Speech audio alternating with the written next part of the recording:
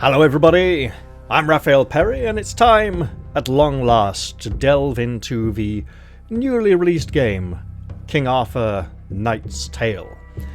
Now this is a game that obviously draws heavily on Arthurian myth and legend, in a similar manner actually to Tainted Grail. That being said, Tainted Grail draws more heavily upon the Celtic culture and elements in Arthurian legend. Whereas this game is inspired more directly by the Knights of the Round Table and, Mallory's Le Morte d'Arthur and other such tales. So what we have here is a game that's been on my radar for quite some time. I was aware of the original Kickstarter campaign and I didn't back it because I didn't have enough money at the time. And I've been waiting. It's been in early access for a while. I did not pick it up in early access. I thought I'd wait. And now I'm ready to delve in. So, while the concept of Tainted Grail is strange, weird corruption taking over the land, Celtic myths and legends, people trying to survive, King Arthur and his knights have all gone out and perished, and now you guys are like the B team, or even like the Z team, going out there to try and sort things out. In this game, King Arthur Knight's Tale, the premise is that during the Battle of Badon Hill, where King Arthur and Prince Mordred slew one another in deadly hand-to-hand combat, Mordred of course completely slain, run through with a spear, and Arthur smote in the head with a sword, sorely wounded, mortally wounded, and due to die. Look, I like King Arthur and Robin Hood, okay? I'm gonna be pulling facts out my arse during this playthrough. You know it's gonna happen, okay? I had a minor niggle with the intro video for this game, or the old trailer that they had in early access, because during the Battle of Badon Hill, when Arthur grabs the spear with both hands and rams it through Mordred's midriff, they did that scene the wrong way round, with Prince Mordred having the sword and the spear and King Arthur having the sword, because they were like, oh yeah, Arthur has Excalibur or something. It's like, no, the whole point of that fight is that Arthur had Excalibur been knocked from his hands during the fighting in the battle, and so he just grabbed a spear because it's the nearest thing to hand and used it. Maybe that's been changed yet. Another weird thing about this game is that everyone was left-handed during early access. All the character models were left-handed. That could still be the case. I like left-handed people. In fact, when I was a child, I often wished that I could be left-handed. That wish never came true, unfortunately. However, I did wonder if the left-handedness of all the character models is because they are reflections in a mirror world. Because the premise of this game is that during the Battle of Badon Hill, something went horribly wrong. There was some kind of big magical combination of spells all firing off at once, and all of the dead knights, all of the warriors who perished in that battle have been sucked off into this other shadowy, necromantic other realm in which the game will take place. And we will play as Prince Mordred, attempting to gain control of this realm. We will have the option to become a better ruler and care for the land and, take loving care of it, or to be the absolute scumbag that Prince Mordred always was.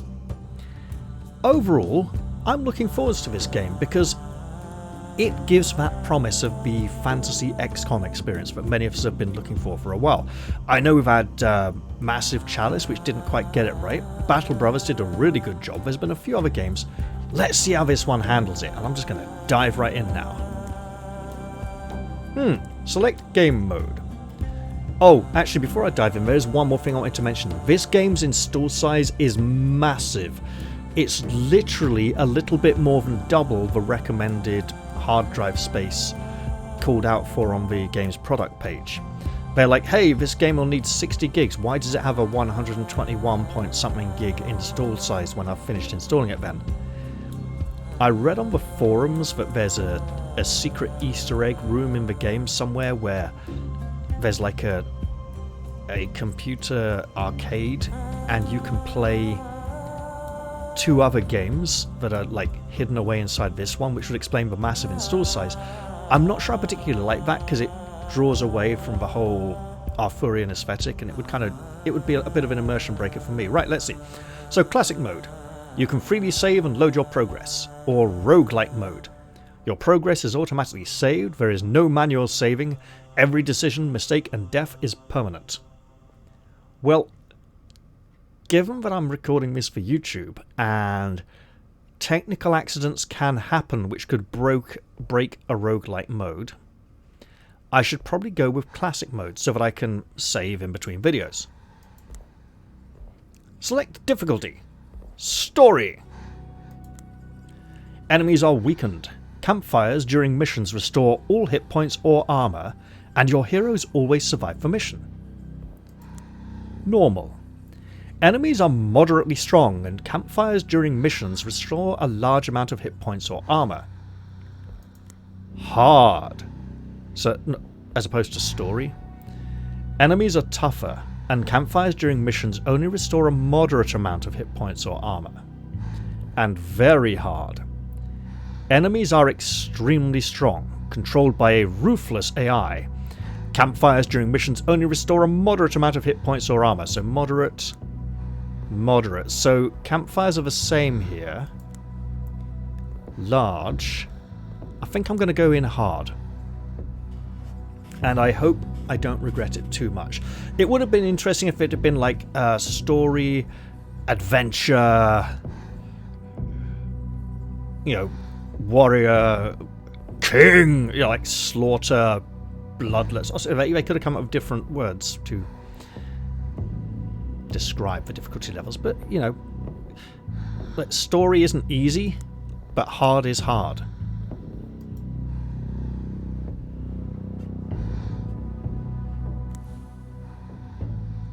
Okay, middle mouse button for camera control.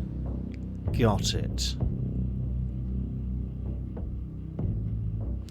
Now, the developers have responded on the forums to the sheer volume of people complaining about the game's install size and said, yeah, look, we'll optimize it better and try and reduce that size in the future, but for now it is what it is. So if you do purchase this game, beware that it will take a lot of hard drive space. I had to install 3 games for that, you know, to make room for this one, and I should probably install 1 or 2 more because my hard drive is so crammed now with the sheer size of this thing. You know, I uninstalled 3 games to make room for a 60 gigabyte game. The fact that it's gone to a 120 gig install is just, frankly, rather unexpected. But I hope that me grumbling about the size of the game's installation won't put you off too much, and you'll enjoy the gameplay anyway, because I'm going to do my best not to mention it again. So let's see, we have this dark evocative music. It's a little mechanical, a little metal with the drums. It's not like quite a normal acoustic drum sound. A little synthesizer, but not massively so. So it's got that kind of heavy, grungy feeling to it.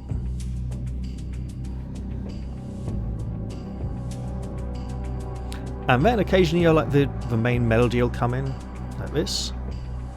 There was a nice bit with violins on the main menu page at one point, or well, at a string section. So here we got like a snare drum, a little bit of snare.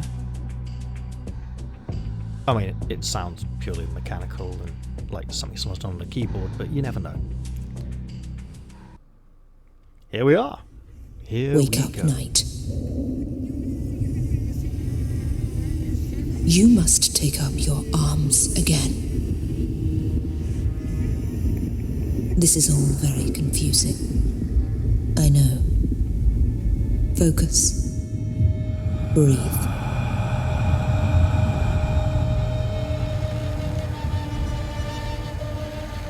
It will all become clear soon. We shall see. You were fighting in the last great battle for Britannia. When King Arthur's adversaries marched against the once and future king, you have committed dreadful acts to fulfill your destiny. Do you remember the earth trembling? Can you recall the gathering of terrible armies? You saw Camelot burning and watched the power of magic tearing apart the world at its seams. You led knights and monsters into a deadly storm of fury and blood.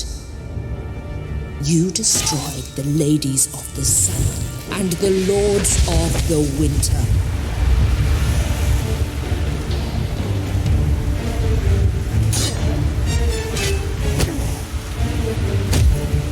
You have killed King Arthur. Yeah, this is wrong. His dying breath, Arthur should have the spear and he Mordred should struck have the you sword. down. You both died. And yet, you both live. There's this very You beautiful image have of Mordred unleashed pulling something himself that up the cannot be spear, hand over stopped. hand, to get into The sword tide striking range. of madness and pain will swallow us all. I have brought you back to end this nightmare, Sir Mordred. I want you to go on a nightly quest. I want you to finish what you have begun. Kill King Arthur, or whatever he has become, after I took his dying vessel to Avalon.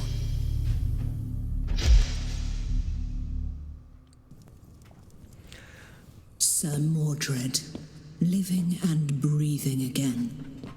But is he truly alive? I wish I could talk to him, but I can't just yet. Serves him right anyway. I've set this dread knight on a dark path, and for now, I can only watch where it takes him. I've brought back King Arthur's nemesis, and wonder if I made the right choice. Mordred did the impossible, after all. Almost killed the king, who cannot be killed. And that's how the nightmare began. So, of course, in Arthurian legend, the reason King Arthur could not be slain was that while he wore the scabbard of the sword in Excalibur, he was protected from harm. The scabbard being far more important than the sword. Now, so Mordred is definitely a villainous character. I mean, look at all this nasty, spiky armor, right? That is serious Chaos Warrior material right there. And again, left-handed. I do feel the intro was... I didn't like the incorrect depiction with Mordred having the spear and Arthur having the sword, and the lack of the two-handed sword blow to the head. That kind of rubbed me up the wrong way a bit. Let's see. Let us move around this area. So first off, we got this whole area behind us. Can we move the camera? No. Oh, we can walk around though with the cursor, with the WASD keys. Also, we have the Lady of the Lake, which is of course interesting because in Arthurian legend there are 2 or even 3 different Ladies of the Lake, and I'm not referring to the 3 women who come to take Arthur to Avalon. The original Lady of the Lake, who gives the sword to Excalibur, is a benevolent and generous creature. Later on, a Lady of the Lake arrives at King Arthur's court. It may be the same one, it's not explicitly stated if it is or not. And Sir Balin slays her because she apparently manipulated and orchestrated the murder of some relative of his. He chops her head off in the middle of the court. Everyone's very annoyed. Arthur banishes him from court. And of course, he does that with the cursed magical sword because Sir Balin has 2 swords. He has his own sword and he has the cursed sword with which he kills all the people who could help him or that love him and care for him. And then later on, at the death of Arthur, when Sir Bedivere returns the sword to the lake, there is a Lady of the Lake who takes the sword back into the water. Not the same Lady of the Lake who had her head cut off by Sir Balin. before the quest for the Holy Grail. And none of the characters and none of the medieval authors bother to explain how this is a different Lady of the Lake. They're like, oh no, it was just the Lady of the Lake. And nobody goes, hang on, didn't she have her head cut off quite a few chapters ago? Interesting. So it feels as if Lady of the Lake is some kind of title rather than a role or position. Because also there's Nimue, the Lady of the Lake, who lulls Merlin into an enchanted slumber, and he goes into it knowing full well what she's doing, but he's tired and old and ready to rest. Right, we have a statue here. This is the legendary Isle of Avalon, far, far beyond the realm of Britannia, surrounded by the endless sea of the Otherworld. The Otherworld, of course, being the Celtic different plane of existence where all the fairies and fey creatures live. And ghosts and spirits and banshees and stuff. Avalon is the realm of the most powerful enchantress who has ever lived. She has had many names, but in Britannia they revered her as the Lady of the Lake. She was born under the cold waves and ascended to reign over this magical island. She is the immortal who spins the fate of mortal kings and queens, and the one who speaks the language of the lakes and ancient forests. She rules this land that was once meant to be a haven for the fallen heroes, the mirror image of the mightiest kingdom in the mortal world. Mirror image, and everyone's left-handed. Literal reflections, or perhaps a pale reflection of their former selves. I can right-click to move as well. Okay, let's do that then. Or you, door. Yeah. Wait! Who the hell are you? I'm here to teach you some manners, lad. Well, boy, you really don't want to know. Leave the secret sanctuary and kill the guard. Basic fight has gone away. Alright. So... we have vitality. Taking vitality damage can lead to persistent injuries and eventual death. Vitality does not regenerate after missions. Hit points. Damage you can take before taking vitality damage. So essentially hit points are like armor, vitality is like health inside the armor. I can't... no, that's a plus. That's not a suit of armor. That's a heart. We have a healing potion. Heals for 50% hit points. So not vitality, but hit points. So maybe hit points are the thing we can constantly regenerate. Vitality is the thing that wears down over a mission. No second item. We have a strike. Deals 100% weapon damage to an adjacent enemy. There does not seem to be some kind of accuracy stat dictating whether we shall hit or not. And cast Stigma. Causes 20% vulnerability to the target for 1 turn. Cooldown 2 turns, range 8, action point 2. This fellow... okay. Let's teach him a lesson. And move out of his short range. Let's move here. Is that good? I think that's good. We have Overwatch for 1 attack, and we've got the points to do it. We have Reserve. I'm not sure entirely what Reserve does. Reserve 2 action points. So of our 3 action points, 2 would be reserved for use next turn, and then we have an end turn button. I think Overwatch, he might run at me. Or Reserve. I'll just go Reserve.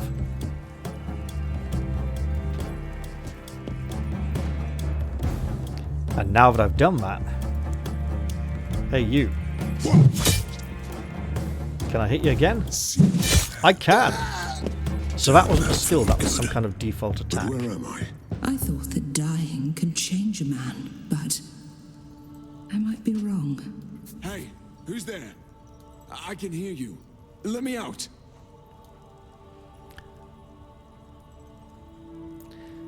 There's a possibility I may regret this, but being an evil villain, I have no regrets. So left click. I can left click to interact, right click to move. Well then, we have a number of What is cells, this some with thing? open doors. This, Mordred, is a dungeon. A very simple looking one. So we've got some coins there.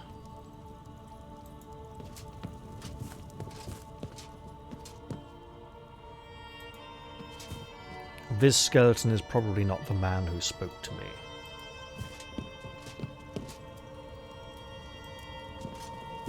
Open the door, whoever you are! Help me, and I will help you! I think you'll regret that when you discover who your rescuer is.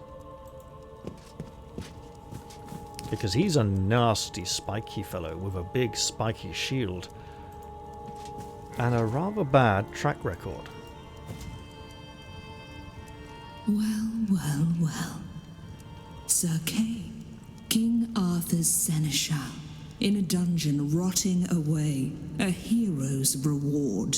An honest and capable man, but a bit dull, like an untended blade. Sir Mordred, the Scourge of Britannia is back.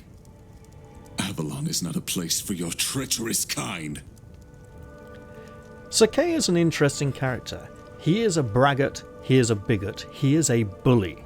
He's an overbearing, pumped up, self-serving, egotistical idiot, basically. He is also King Arthur's cousin. So there may be a bit of nepotism going on there. Sir Kay often tries to abuse his authority, to bully people, to push them around. And in one particular version of the Parsifal myth, a sort of 19th century version with the, not the Wolfram von Eschenbach version, the good one, the later one, the sort of, 1800s version, where the little dwarf and the little dwarf wife come in from the forest, and Sir Kay beats up the little dwarf wife and mocks the little dwarf and says, look at him, he'll never be a knight, his body can never wear armour, it's the wrong shape, it's the wrong size. And he gets chastised and everyone tells him, oh, you beat up a poor little defenceless woman, look at her, she's only like 2 or 3 feet tall or something. Yeah, he's a nasty person, but he often picks fights that he doesn't win. He gets the shit kicked out of him, basically, and he frankly deserves it. He also, in this game's story, seems like an appropriate companion for Sir Mordred. Sir Mordred being just evil and power-hungry, and Sir Kay being egotistical and wanting to abuse his position to hold power over others. So I've locked up in a cage whimpering just as I remember you, Kay. Or, what the hell is going on here? Calm down and talk to me. Sir Mordred isn't very nice. Are you real? Or just a ghost? Tell me, Mordred, do you remember killing me? Oh, can't say what I do. No, and yet here you are. Speak, or you're quite upset about dying, yet you seem to be very much alive. How is that? Yeah, let's... Sir Mordred is greedy and power hungry, but he's not stupid, so he's actually interested in understanding what's going on in this whole situation, because he knows he died as well. Help me escape, traitor. Then we may talk. So, you promised me help if I set you free. How about that? What is this wretched place anyway? Or so you, a knight of the Round Table, ended up here behind locks. Pitiful. Yeah, how about you help me? Then we can talk and kill each other afterwards when we get out. I keep my promises. I will help you, Mordred. ... The powers that rule this land decided to trust you with our fate. I don't know how to feel about that. But soon, you must make your very first decisions. Soon indeed. What is this wretched place anyway? I've already told you. Avalon, the island of the fallen knights. And this is Castle Camelot. Avalon has its own castle, Camelot. If you're playing tricks on me, I'll break your bones. This is our castle? Yes. Not the one that you remember, though. I'm not going to pick on him too much here. Because if I'm going to want his help, I'm going to want him to feel important. Because that's where he gets his power. His power is, you know, arrogance and pride. And if I crush that, he won't be much use to me. He won't have any self-confidence. Let's open the door.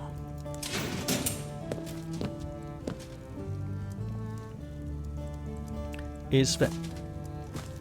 Tried to rotate the camera there, just been playing a different game. Right, nothing of use in his cell. I see here, armoured portrait, unarmoured man. I imagine we're going to get his equipment Great. now. That's my arm over there.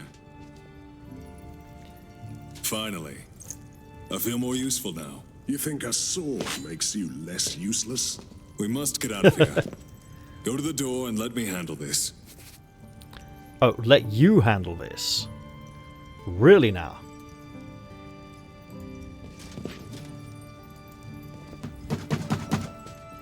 Rascals! I told you that you will pay for this. What the hell is he doing out of his cell? Surprise, surprise! Spiky time!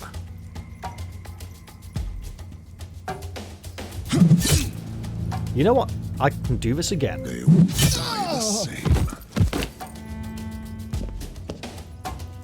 Sir Kay. Oh, there's an attack of opportunity in this square here. Alright then, we'll just go there. So we have a strike and a cleave. The cleave... Strike melee, 15 armor break, is that? 11 to 13 damage. The cleave has lower damage, but strikes a free tile area, so 3 in a row, or possibly 3 on corners as well.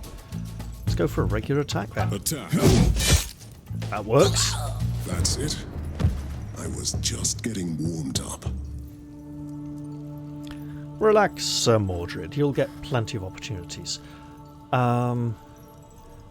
Party of 4 by the look of it.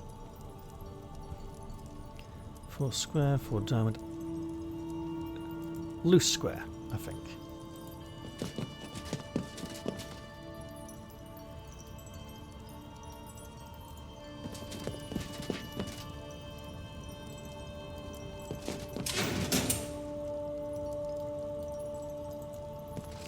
What can we find in these rooms of use to us? What can we plunder? What could aid our escape? I'm not aware if there's a hotkey to highlight items, so I'm just doing a bit of lazy pixel hunting. I spy a chest. Something to line our pockets. A chesty chest. An oath stone. No idea what that is. I imagine I'll get to find out at the end of the This mission. is the Warden's room. Prepare for battle. Of course.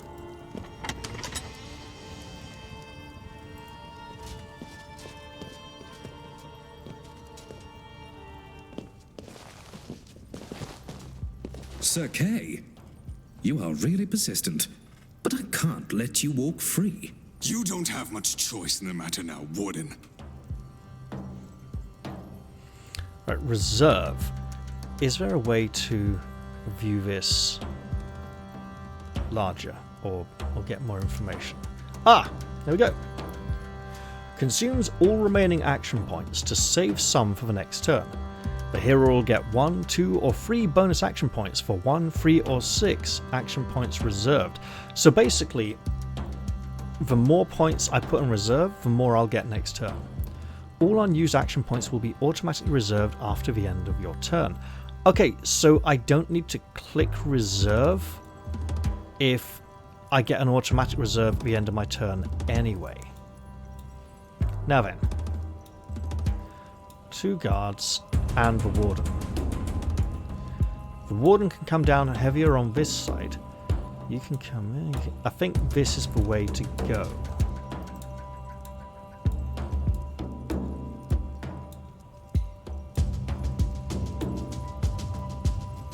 Currently, Sir Mordred's shield means little. But alright, let's go to here. And strike. And then Sir K can... Oh.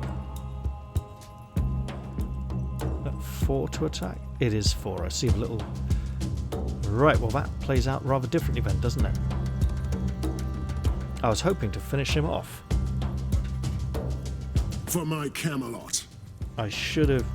Okay, right. I am here to serve. Heading out this way to this guard would be a mistake because of the Warden. Let's just close to here for now. Actually, getting him in there to mess people up with his big cleave would probably be wise as well. So, that should reserve. Yes, it did. Alright, we can work with this. So, 3. Let's just take him out. And then strike Your here. head is mine. At this point, we won't really get anything for reserving, but we got nothing else to do with that last point. Actually, no, just moving. Any move will draw an attack, so we just end our turn. All heroes. Oh, no, no, no. So, yeah, okay. I am here to serve. I got more. There we go. And why don't you move to there as well? Excellent.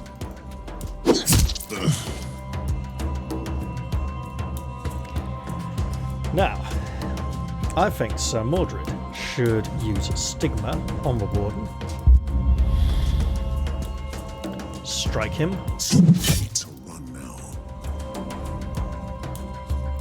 Strike Your again. head is mine. And then Sir K gets the finishing blow. And why don't we show off this amazing cleave here? We can do it on diagonals. That's brilliant. Now we should find the one who is truly in charge here. No pillage, no plunder. There's a nice book on the table there. I suspect we can't interact with it at all. This, on the other hand, we absolutely can interact with. So, we saw the glimmer of coins. Wait. Nothing in that box of any use to us.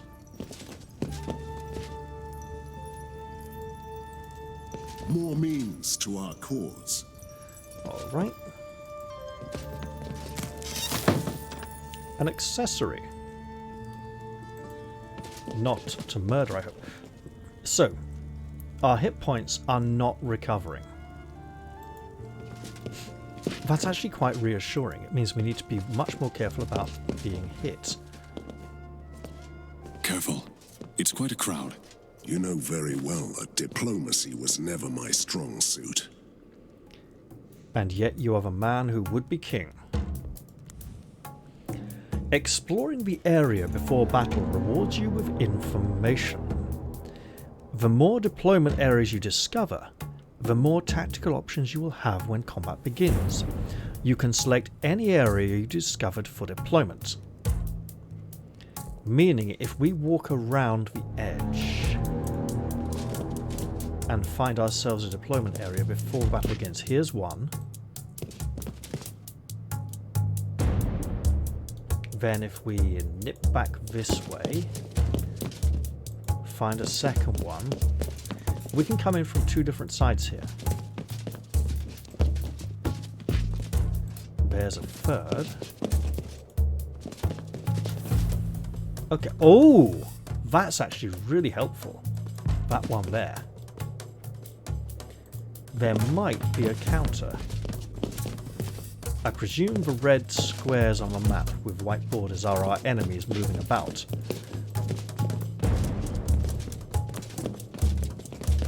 Yes, there is one here. And I presume crossing any of these will trigger the fight. Die like a man. Okay, deploy.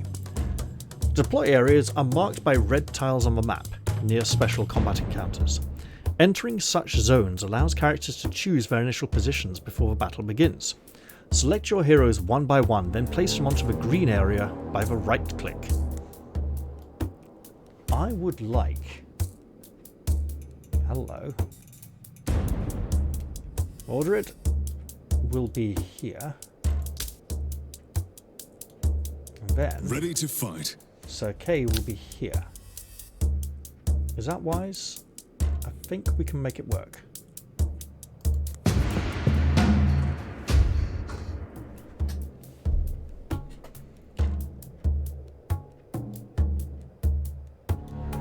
Awaiting your command.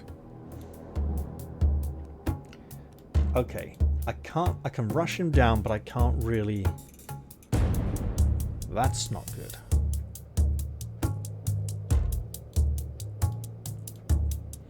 This warrior is a problem. Oh, no, let's rush him down. We'll lock him in, and then he'll have to, yeah. And then For my Camelot. for here, I'm thinking we move to here. Reserve, no, to here. Can he? No, he can't. This guard is blocking the way for this one. Because this low wall is a problem for them. Right, so now... Sir Kay can't do anything, we just end our turn.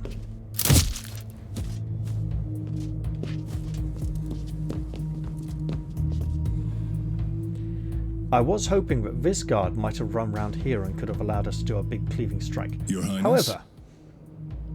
I got one. Oh! There's a big cleaving strike. Now... I don't know if range is a factor to ranged attacks.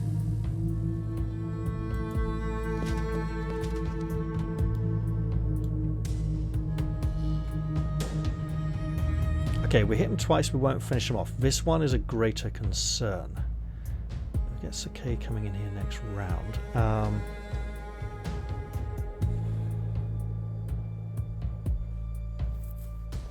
If we use Stigma...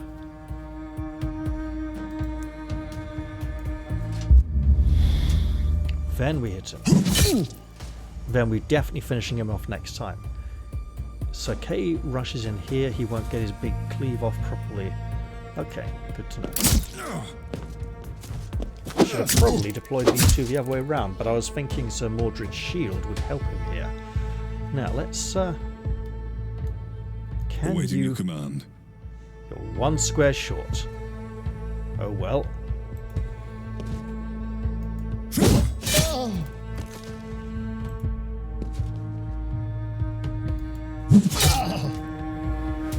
Interesting. There we go.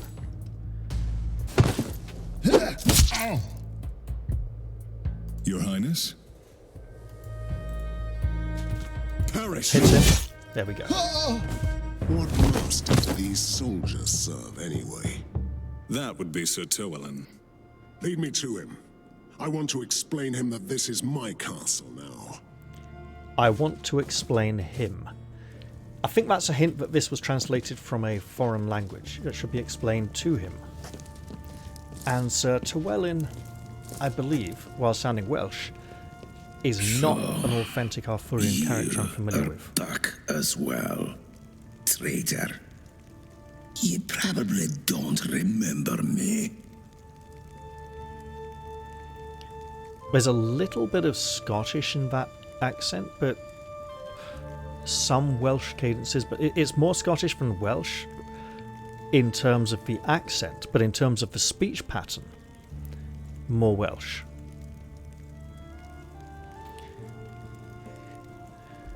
I don't even care who you are. Dismissive, just, yeah, I don't care. You're nothing. You will be when I've hit you with this sword. Or, I wish I knew what you are, because he appears to be some kind of undead knight. I am just a walking corpse, cheated out of his death. And I will make everyone suffer for this injustice. Okay, yeah, he's sounding more Welsh now. Do you have a name, or proud words from a walking, nameless corpse? He was Sir Llewellyn, a once noble warrior with 2 sons, both knights. Out of curiosity, are your sons such ugly monstrosities like you? What are you doing in Camelot? Or is King Arthur here with you, walking corpse? What are you doing here in Camelot? I fell in battle, like we all did.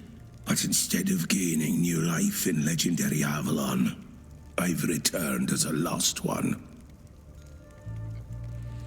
All I hear is a pitiful whimper and not the answers I need. Or I might be just as lost as you are. What even are you talking about? I think we go with this one. All I hear is a pitiful whimper and not the answers I need. Let me rephrase it, traitor. Camelot is a sacred place, reserved for the once and future king. That is the law. But I spit on the laws of the Lady of the Lake. So the rolling of the R's is more Scottish, and Welsh should place emphasis on the second syllable of the word instead of the first, so sacred, not sacred. And there's the kind of lilting up and down sort of musical feel to it. I mean, it's kind of the deep guttural Welsh. It's an interesting voice, and it definitely fits with his undead form. Clever man. This is a great way to make an ancient enchantress very pissed off. Or rather very angry. Or do you think it is wise to infuriate the lady of this land? Prince Mordred is royalty. We can at least use some decent language and decorum. I'm not afraid of her. Lost ones can't perish. This is our curse and blessing. Is King Arthur here with you, walking corpse? He is not. The unholy storm wrecked the ship that brought the dying king to Avalon.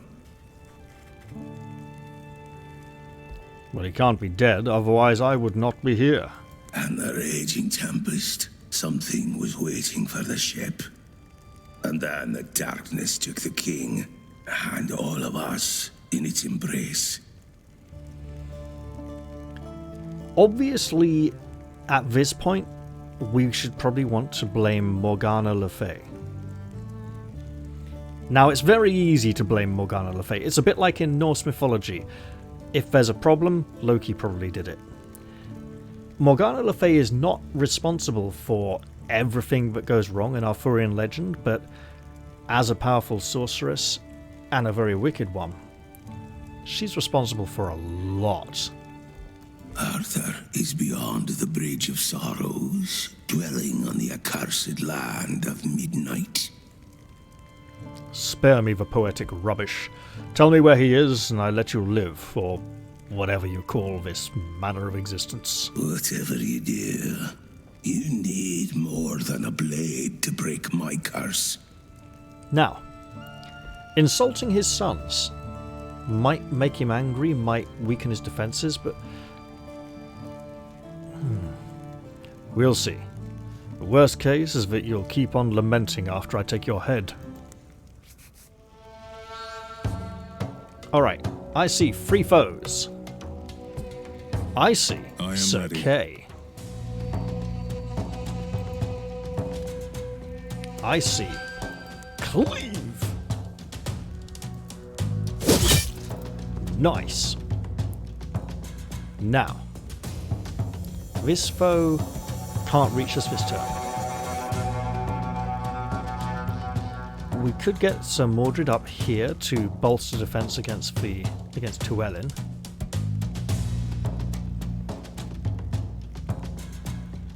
Two, 5, do it. Or we could take down this guard. Keep him busy. I mean, vulnerability was going to go on one of these two, right? Move to here and strike him. It's not got us for kill. He's dead on our next turn, though. This is a problem, slightly. Depends on how... So I think Sakei will have to cleave again next round if he can. Oh, hello! Crossbowman as well. I see. Alright. I am here to serve. No cooldown. Well, one turn, that's virtually nothing. Now we do want to watch Llewellyn's damage output here. For my Camelot. Sir Mordred, you know what to do. We'll deal with the crossbowman as soon as we can, but for now... Yes. Backstab. Okay, that's an issue we need to deal with soon then.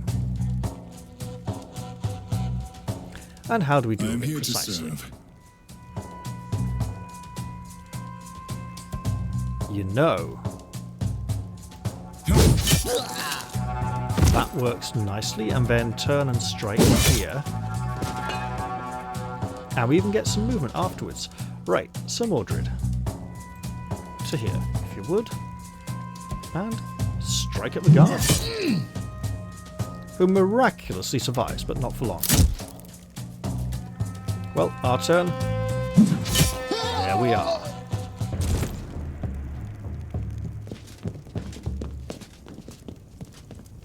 The battle is over, and you must make a choice, Mordred. This is merely the first in a chain of similar decisions that will eventually determine what kind of leader you will be. Tell me, what will happen to Camelot?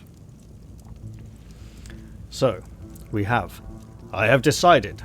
This is my throne room now, and with my band of selected knights, I will fulfill my destiny. So, the boar, with nasty spiky tusks, being greedy, wicked, and self-centered, his whole original power grab. Or the lion, looking more majestic there. I have been chosen by the Lady of the Lake as the protector of Camelot. I will not take this throne, but I'll make my round table and take on this quest to overthrow the evil, corrupted version of Arthur. Is this communism? Is this saying I will never take the throne? Or is it saying I will not sit on the throne until this quick deed is done? I do feel that if I don't follow the lady's quest, she can make things rather nasty for me, and this would make for a very interesting playthrough, see how wicked and corrupt we could make things. But also, I suspect that if I do not follow the quest, the Lady of the Lake will have ways of guiding me back to it, and they may not be pleasant. And you know what? This is just... Right, this is just claiming the castle and going, this is my domain now, I'll do what I want, right? This is saying... So, this is about claiming the throne. This is about slaying Arthur. So we have to ask ourselves, did Prince Mordred want to kill his...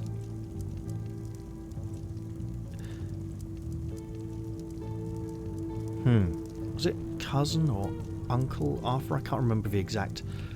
Because he's not his father. So Prince Mordred is Morgana Le Fay's son. And she used magic to disguise herself as someone else to conceive the son. I think Arthur is the father. And when he was lying wounded, she snuck in and stole the scabbard. And that's why he didn't have it at the Battle of Badon Hill. I think a redemption arc for Mordred could be very interesting. And I'd like to explore that, so I'm going with the lion option here. I imagine many other players may do otherwise, but for this, my first playthrough, I'm attempting a somewhat honourable approach. Maybe he's learned some kind of valuable life lesson. Perhaps having a new lease of life has given him a greater perspective on things. Who knows? Who indeed? It is my decision to make. Also, it would be interesting to see if this locks us into one particular path now, or if we will have multiple options and then it will kind of balance up, you know, over time, what kind of attitude we're taking.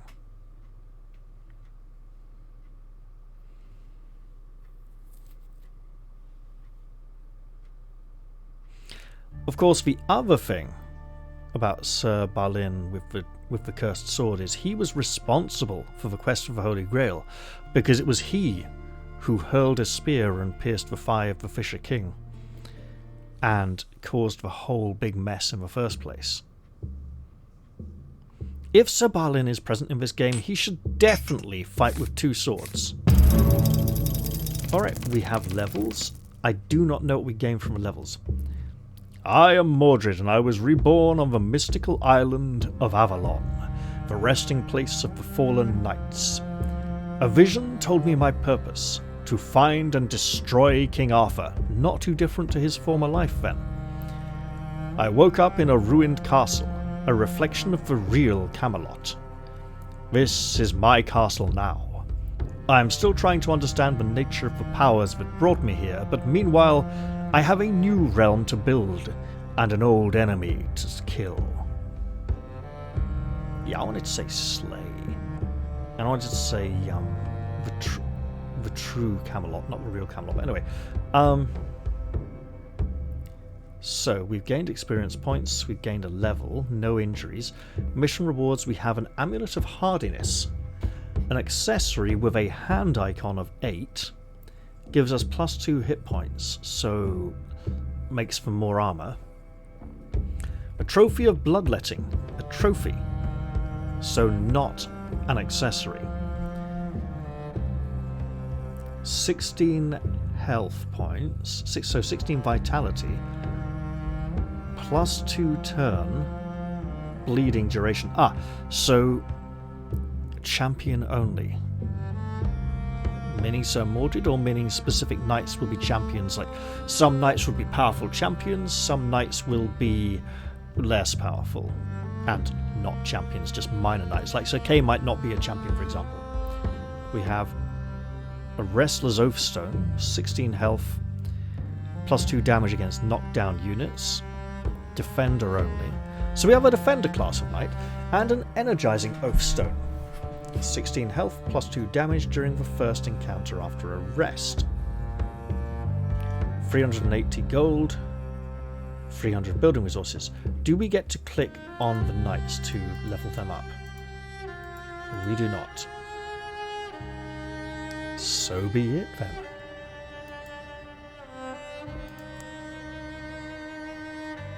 New mission available. Over there, 2.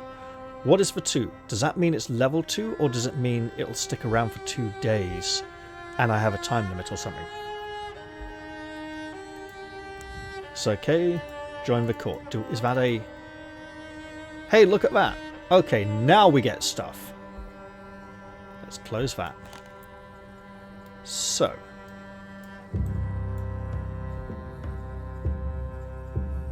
we're in Camelot. Camlan. Well, should be like Camelodunum.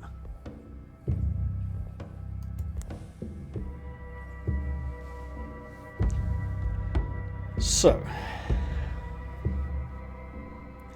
where are these items we have collected?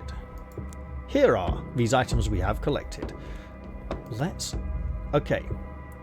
So, Sir Kay... Level 0 average. Loyalty. Okay. What are all these things?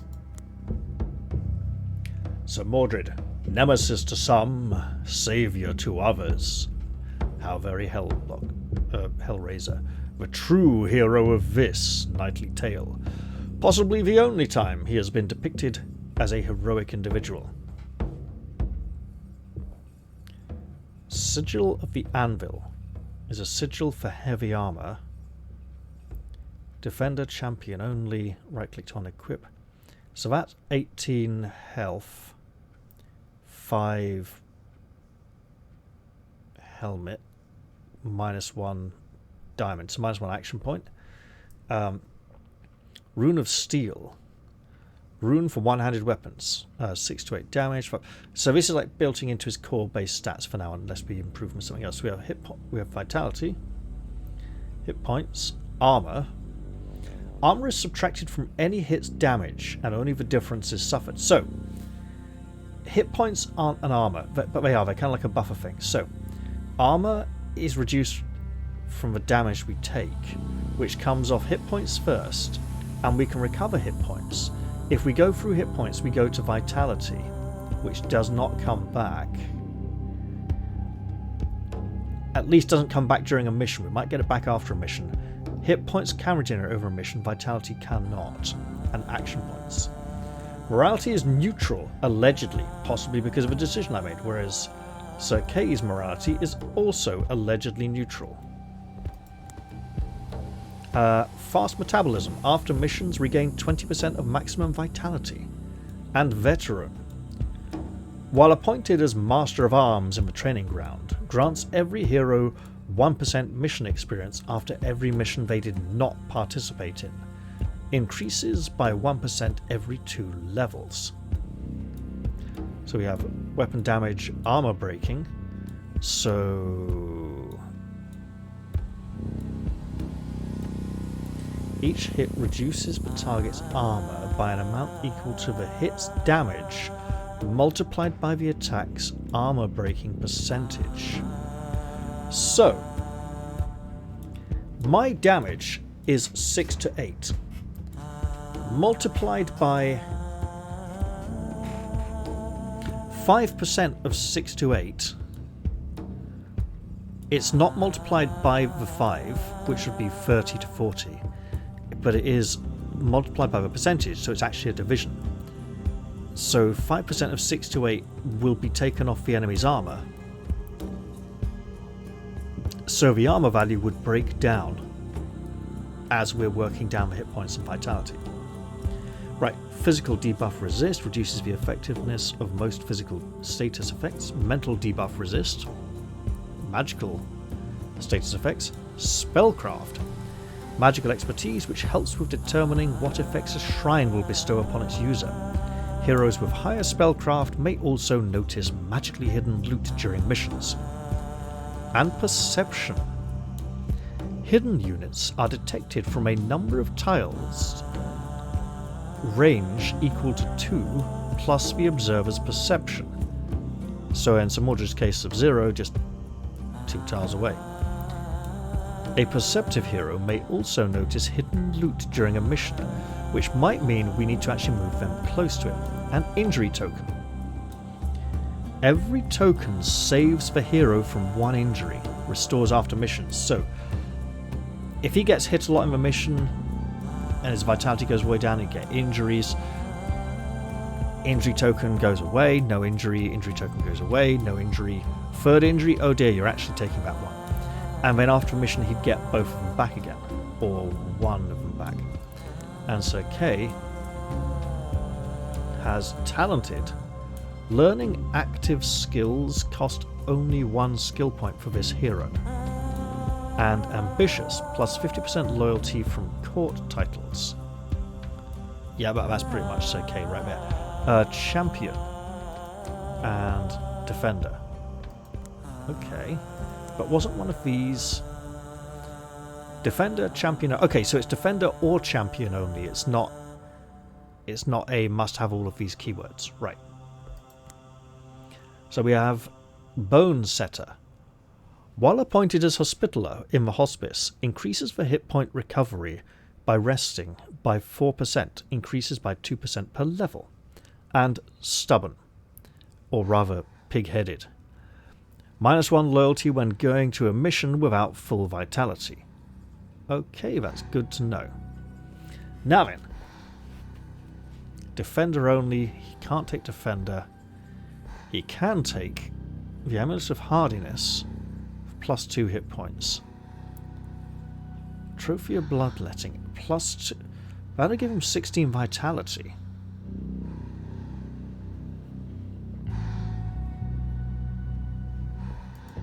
So Mordred can take these. He can't take the Trophy of Bloodletting. So we will absolutely just give that to the one knight who can use it. There we go. The Amulet of Hardiness could be used by both knights. Those go there, this goes there. So we can't give both these Oath Stones to Sir Mordred. We cannot give either of them to Sir Kay. So +2 damage during the first encounter after a rest, +2 damage against knocked down units. I think for now I'll grab this because I don't know how likely we are to get knockdown conditions. And as this could go to either knight, 2 hit points. Look, he's got a shield. He should get stuff that makes him tougher. And we get our physical debuff resist. Excellent. Now, we have 2 available points here, which we can do to gain new abilities or improve existing ones. Well, I think I'll take a little look at these and come back to them later because it seems real life is calling me away. I'm going to end this episode here. I hope you've all enjoyed this one, and I do look forward to seeing you in the very next video in this series. I'm going to say goodbye for now though, and see you all next time. Cheerio everyone.